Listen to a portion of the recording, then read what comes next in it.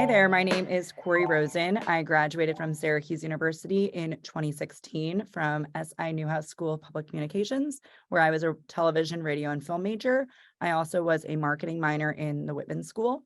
And I'm really excited to be speaking to you all today. And I decided for this little presentation, I'm going to share everything I wish someone had told me when I was in your shoes graduating from Syracuse. First thing is that everyone wants to talk about themselves. As you are networking and reaching out to people, whether it be utilizing the Syracuse network, which you definitely should do, or looking on LinkedIn, make the conversation about the people you are reaching out to. Everybody wants to talk about themselves. As much as you can give them an ego boost and ask them how they got to where they are, how they made it, what steps they took to get to the position they're in now, that will really help benefit the conversation because they'll be able to share their guidance based on their narrative, and it'll just help inflate their ego and make them want to share more and more with you, and it's a beneficial opportunity for you to learn. Next thing is call because you care, not because you need something. So as you're networking and reaching out to people, build those authentic connections. People love to hear from you because you care when you're asking about how their holidays are, how their Thanksgiving was, when they went on a vacation, say, saw your pictures on Instagram, how was it? Not just because you're calling as you need a job. If you're able to establish rapport with people, they'll want to care about you and be invested in you, especially when you are looking for a job and you're asking for a favor, they'll be more inclined to vouch for you. Something I did my freshman year was I went to the Career Services Center at Newhouse and I asked for a list of all the alumni at my dream companies. I reached out to them and I still keep in touch with them all to this day. It's definitely been beneficial in my career to have advocates for me who care about me and are invested in me and not just doing things for a favor when I need it. When you're first starting your career, it's a great way to get your foot in the door by asking people around you what you can do to make their life easier. It's a sure way to stand out, especially when you're at a new job. Taking things off people's plate will impress them and show them you care, you're invested, and you want to take the initiative as well. You also really want to think about finding the people who will let your light shine. I will tell you, when I was first starting out in my career, I was often in a room where nobody was really giving me the time of day. People weren't really listening to my ideas, and it was really, really hard for me to feel like of value to the company. But as I've moved up in my career and was starting out at all stages, I've been able to find people who let my light shine, and I wanted to gravitate towards those people. Those are the people who are going to champion you, are going to make you feel heard, feel seen, and feel valued. Gravitate towards those people whose career you want to emulate. When I first started my job at HBO, I noticed there was one person on my team who was definitely a standout, and I was determined to make him my mentor. And you know what? I'm happy I did so because a few years later, he was running my department.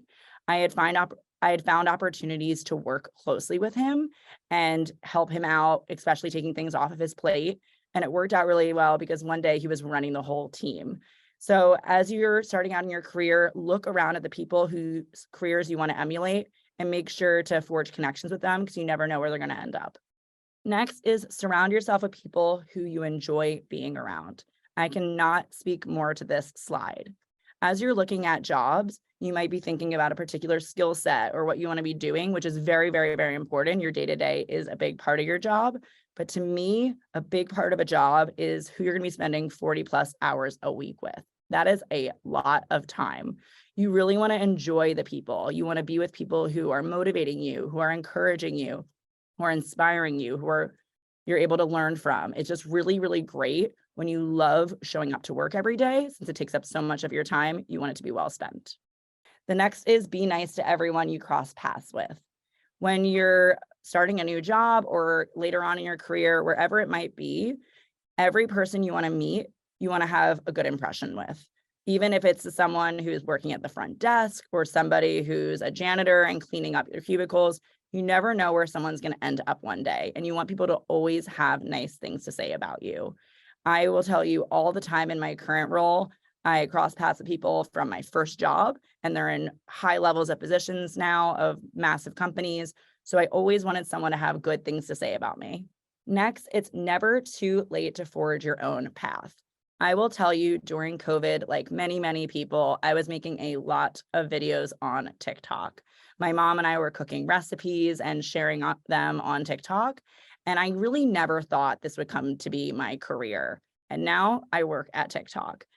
It's never too late to pick up a new skill set and make it into your career. And with that, you can turn your passion into your career. I absolutely loved making videos on TikTok.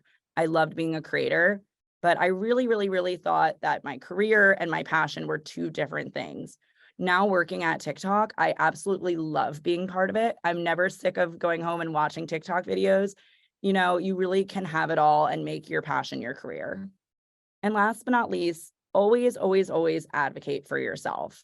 I've been in a lot of meetings and rooms where I've underestimated my value, underestimated my worth, and you really want to speak highly of yourself and give yourself the respect that you deserve so that when you're going for a promotion or asking for a raise, if you believe in yourself, that will shine through. And that's what I wanted to share with you all. I hope this is helpful as you are all graduating and starting your careers. As I mentioned at the top of this, utilize the Syracuse University Network. Alumni are always looking out for each other. It is a great way when you're trying to get your foot in the door somewhere, just establish that mutual connection, and people will want to look out for each other. So I hope this is helpful, and congratulations.